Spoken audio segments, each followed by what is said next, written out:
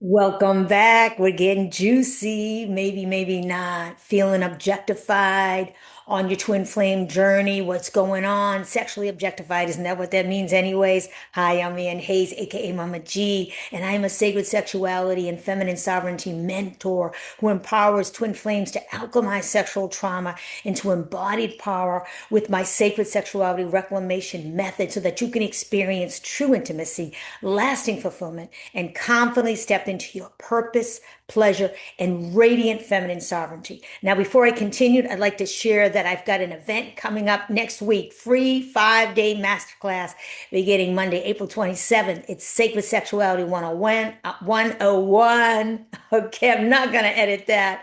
Cultivating the power of your Kundalini energy. Remember, you have had an experience in a Kundalini activation, whether you are in physical reunion or not. I'm going to tell you right now, this will streamline and truly support your intimacy first with you and then with your divine counterpart. And if it applies, anybody else. Here's the deal. The Kundalini energy is sexual energy. It's the creative life force of the universe. It's the energy where you can transmute lower vibrational states of being into higher states of being. I give that all to you. The nuts and the bolts, the foundational practices of these Kundalini techniques that were actually used by initiates such as Jesus Christ and Mary Magdalene, as I've mentioned before. Okay, let's get to it. I'm going to share with you because this is what happened to me, and not necessarily directly with my twin flame. To be honest, I didn't have that experience. Why you might be feeling objectified and what's really going on and how you can go about healing this so that you step into more what I call sacred sexual sovereignty. I'm going to give you at least 5 ways to be able to do that. And yes, it's going to, no, I'm not going to give that away just yet. So first of all, remember, absolutely everything, and I mean everything, right down to the thoughts that you think, to what's coming out and what you're speaking, to what you're thinking, to what you're feeling, is completely and totally being mirrored by your divine counterpart. That's what I've learned in my journey. And I've had to exercise a great amount of humility. Now, it might not be a direct objectification of you, okay, although likely it is if you're here now. Whatever it is, they are experiencing the same thing. They're going through the same thoughts in their head, the same feelings, exact same way. It's from the same core wound. It may be expressed differently, yet it's coming from the same core wound. As you know, if you're here now, I'm guessing you already know that. And yet it just goes so deep that without the insight and without the knowledge, you're not really going to be sure where to go and what to do.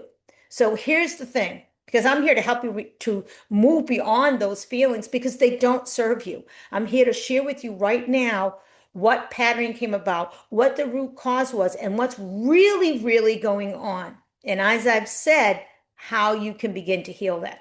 So first of all, when you objectify somebody or anybody objectifies somebody, they're looking at the physical appearance.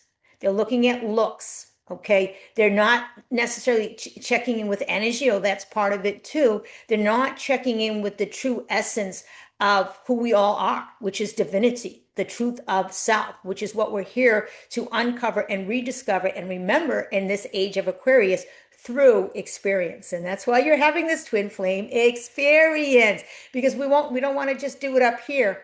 We're bringing heaven to earth. So you're feeling it full out in your body so that you can embody heaven on earth. Okay, that's a little aside, little digression. Okay, so here's the deal. Think about if you're here, you've experienced sexual trauma. And that's essentially what you and your divine counterpart are healing in their own way. Actually, those underlying core wounds. If you're here, it's definitely sexual trauma. Now, when you first if you experience childhood sexual trauma, your first experience with sex was not with presence, was not with devotion. You were completely, are you ready for it? Objectified. You were objectified.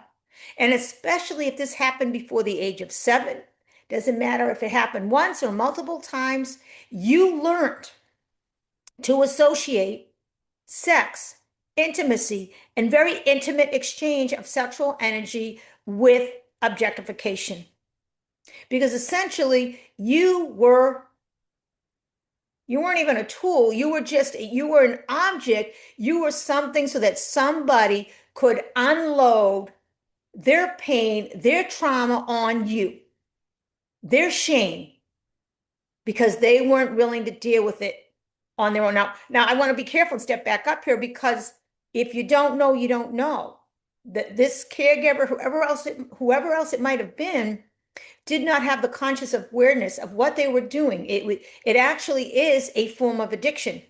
It's a very, very intense, deep form of addiction that comes from not healing one's own pain and allowing it to go on and just literally snowball and allow in those lower vibrational entities to overtake literally the thinking and behaving and the acting.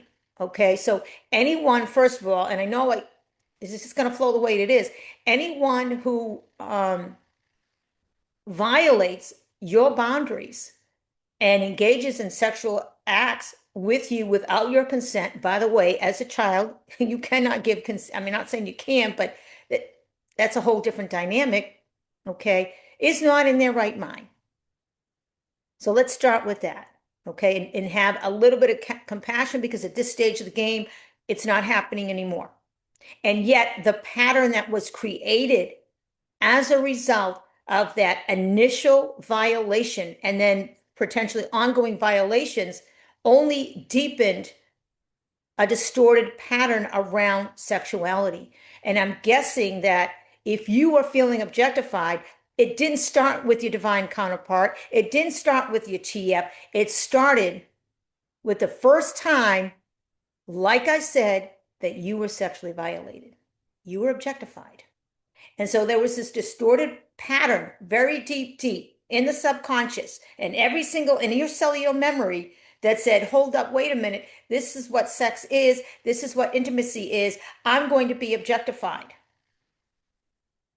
And so that frequency gets sent out there unbeknownst to you, and that's what happens. Okay, here's the other caveat though. That same frequency that's being projected out is also programmed within you. So you likely have come into the habit of, oh my goodness, I have to look a certain way because it's the only way I'm going to be loved. I'm too old, I'm too young, I'm too fat, I'm too thin, I'm too white, I'm too black, whatever it is. Those are the thoughts that can go in your mind. And I know they have for me in different ways. I was like, oh my God, I'm this, I'm that. I need, not now, yet it's a way of you're objectifying yourself. You're basing your worthiness on your external appearance. I've done it, and I've seen so many TFs on this journey do it. I've seen and maybe you didn't experience direct sexual trauma in the way that you believed, and yet, there's indoctrination. There's all kinds of sex shaming. I believe that everyone has experienced some level of sexual trauma, and that's why everybody should be here, and we should be talking about it. We should be talking about it. Okay, so you can see I didn't play. Whoo! Okay, so where was I? Oh, shoot. Yes, objectifying yourself. I know for me, oh my God, one of the reasons I shaved my head was because I spent way too much time on my hair. It was like I couldn't get it short enough. I kept just cutting. I'm like, no, it's maybe it's easier to manage if I just cut it a little bit more. I can just get a cute little stuff. No, I still spent way too much time on it. I was so high maintenance. I mean, this is really like in my 20s. I had to have a different nail color every day. I spent hours on my outfits. I'm in the closet, out of the closet. Okay, no, is this match? Is this go? How are people gonna, how do I look? And it was all about me, and it was about my physical looks. And I wasn't really taking the time to slow down and tap in and deal with, okay, what's really going on beneath? Because I didn't have the awareness. I spent my whole life distracting myself and objectifying myself. So of course I was objectified. I was the trophy wife in my first relationship, literally a trophy wife. And part of me wanted that. at the time. And I don't want that, that's just physical appearance. That's just looks. Oh my God, perfect family. Two lesbians with two beautiful children. I'm the trophy wife. Well, I stopped showing up to events. I was like, I'm not that trophy wife. Not anymore. I want it all. And so I knew I had to start to heal. So what I'm saying is, if you are feeling objectified, it's because not only is your DC feeling the same way, whether it's coming from you or somewhere else, you are objectifying yourself. And they're showing that to you. And it's time for you to say, okay, don't wait until you lose another 10 pounds before it's okay to feel that sensual and to tap into your sensuality and your sexuality and to invite in more loving experiences for yourself first. It's like, I'm going to get to how you can start to do this because it doesn't happen with anybody else. It starts with you because that's the way it happened for me. And that's the best way to do it. It really is a self-love journey. I know, cliche, but it is. Okay, so the objectification happens to you. It's a distorted trauma pattern that happened the first time that you experienced the exchange of sexual energy with another human being, which was traumatic, which was toxic, which was distorted, which is not the way it is meant to happen. So literally what you need to do is unlearn that and then learn how to go deeper with presence and devotion and true love, and to see the true essence first of you, to see the true essence of others and the true essence of your divine counterpart. Because beneath all those distortions and all those trauma overlays, there's a beautiful essence there that you share. It's God in the flesh. It's God, Goddess, source in the flesh.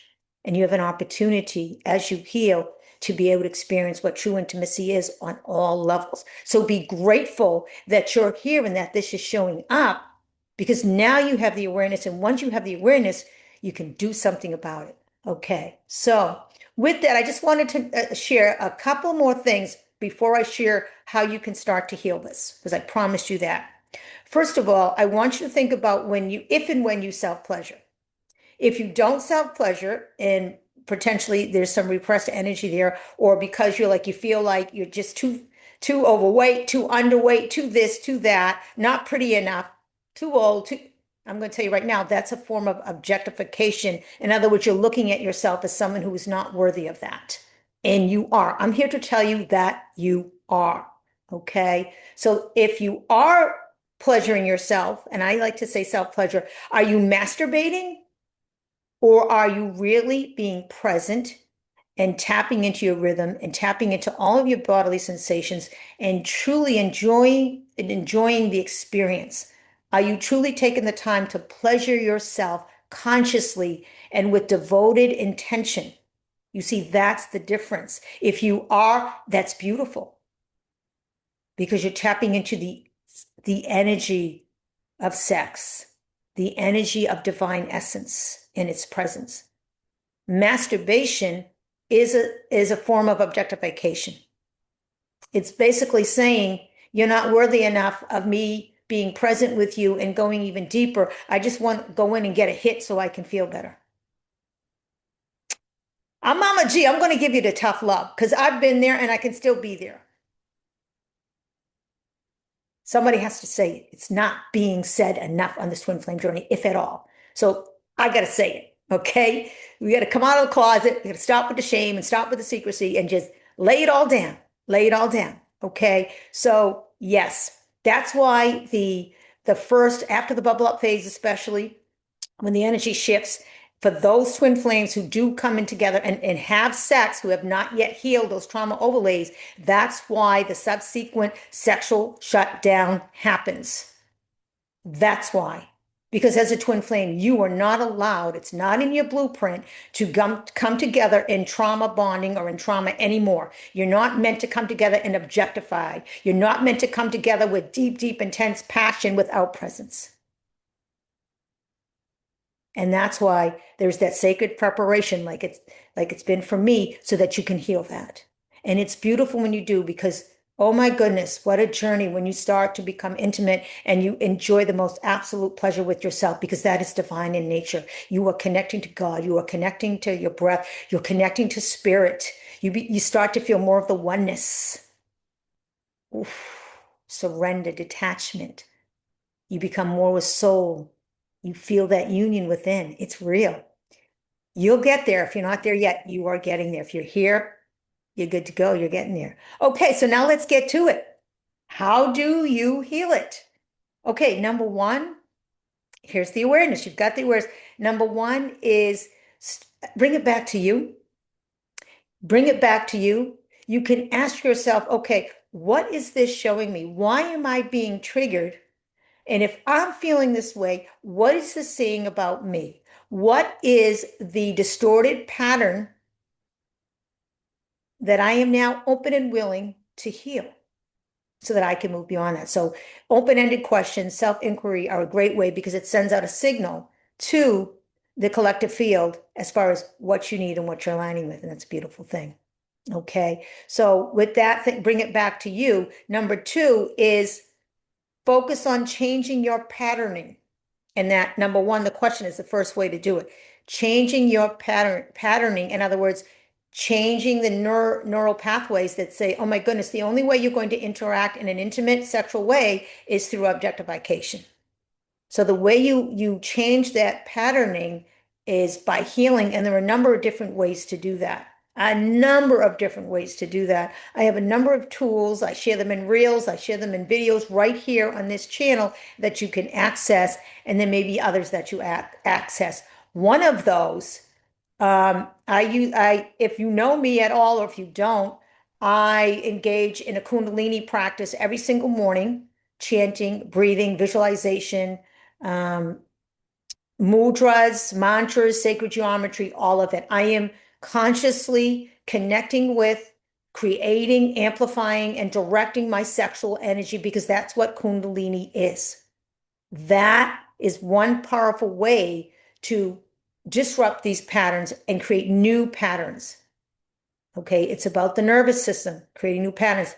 And so I have a free 5-day masterclass. I know that I mentioned that, Sacred Sexuality 101, cultivating the power of your Kundalini, energy for all twin flames, not just those who have experienced sexual trauma, whether you're in physical reunion or not.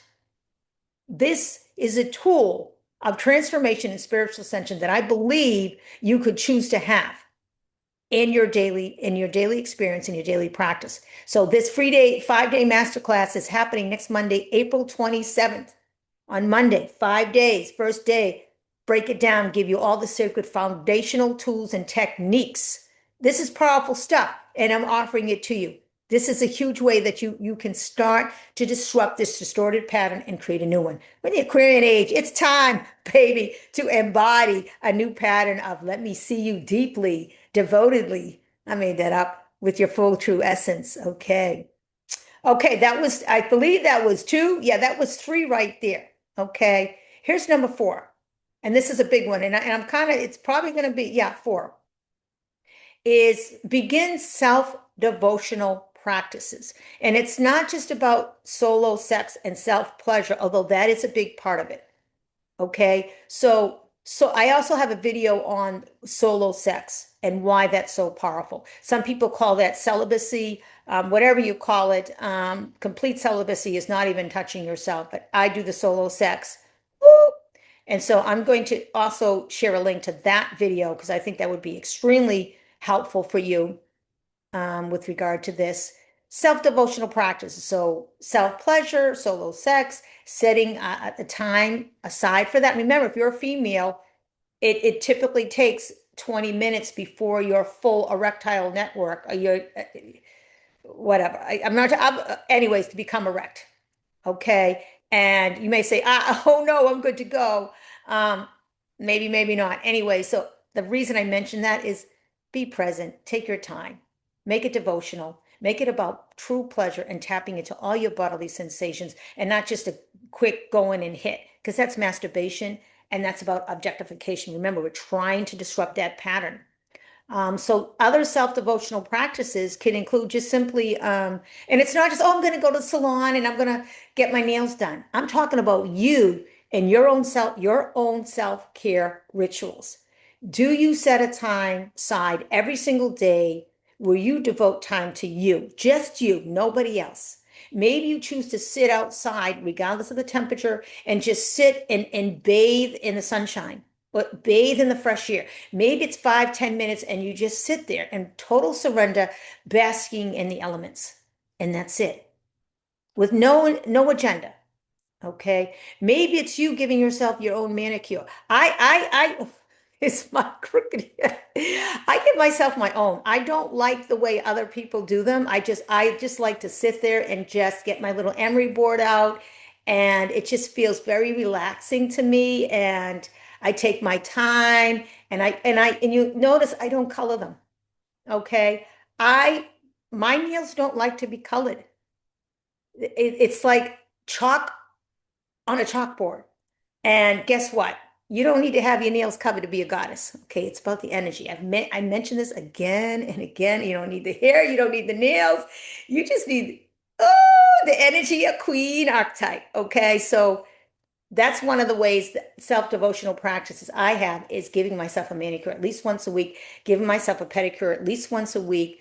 Um, Meditating, lying down and listening to a binaural beat, sitting out in the sun. Like I try to do at least 10, 15 minutes every day when the sun is out. And even if the sun is out, I will go and sit by a tree at least 15 minutes every single day. That is a self-devotional practice. Gentle touch is another example. Okay. Like just like, like how many of you, when you get ready in the morning, are you just like throwing your clothes on and you're in a rush and you're grabbing a cup of coffee or whatever it is?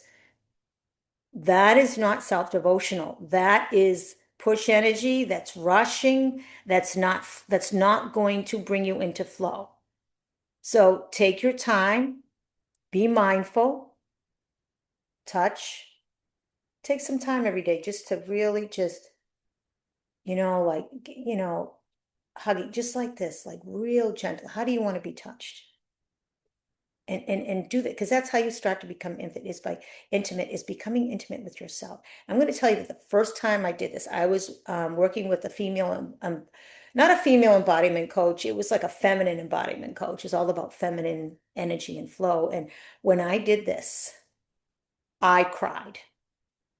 I cried profusely because it's not like I'd never touched myself before, but I was in this resonant field and I was just tuned into her energy. And I was like, not only was she there showing me what I could do, she was witnessing me and she was present and she was nurturing. And it just brought up so much emotions in me. So this can be pretty powerful. Beautiful self-devotional practice. It's just gentle touch, breathing. How many times a day do you take the time to really take a full inhale and allow a full, complete exhale, regardless of what you're doing? Those dishes don't need to be done in 5 minutes. You can be present while you're doing the dishes. You can bask in the experience of that because you're spirit in a body and you get to have this experience. Imagine that. You get to do dishes. You have hands in this beautiful galactic technology. You're in this vessel. You get to have sex. I gotta put that one in even the solo sex. You get to touch yourself. Imagine that experience. You got to be here in a body to have that experience. Make the most of it.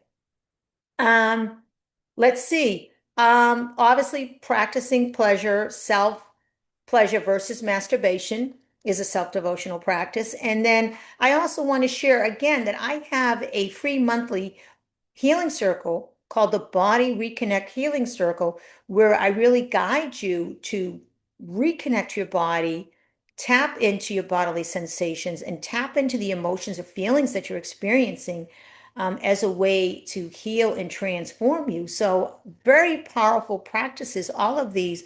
And then, of course, there are many, many more. Those are just some of them. And so, like I said, if you feel like you're being objectified, this is why, and this is what you can do about it. And again, do not shame yourself. We don't need any more shame here. We definitely don't need secrecy, which is why I'm sharing. So there it is. Y'all have a beautiful day. Check out a couple other videos that I shared in that description. Check out that free 5-day masterclass that I also shared. And please feel free to like, comment, always keep it kind, share, subscribe. Let's get this out there and support each other. so that we can feel uplifted, so that your confusion goes away and it becomes clarity, so that you develop you deepen your self-love, you increase your confidence, and you experience an increase in vitality, and you begin to enjoy your life in the way that you were meant to, whether you're in physical reunion with your twin flame or not. You were meant to enjoy life now. Surrendered, detached, present. Love you so much. Peace. Ah!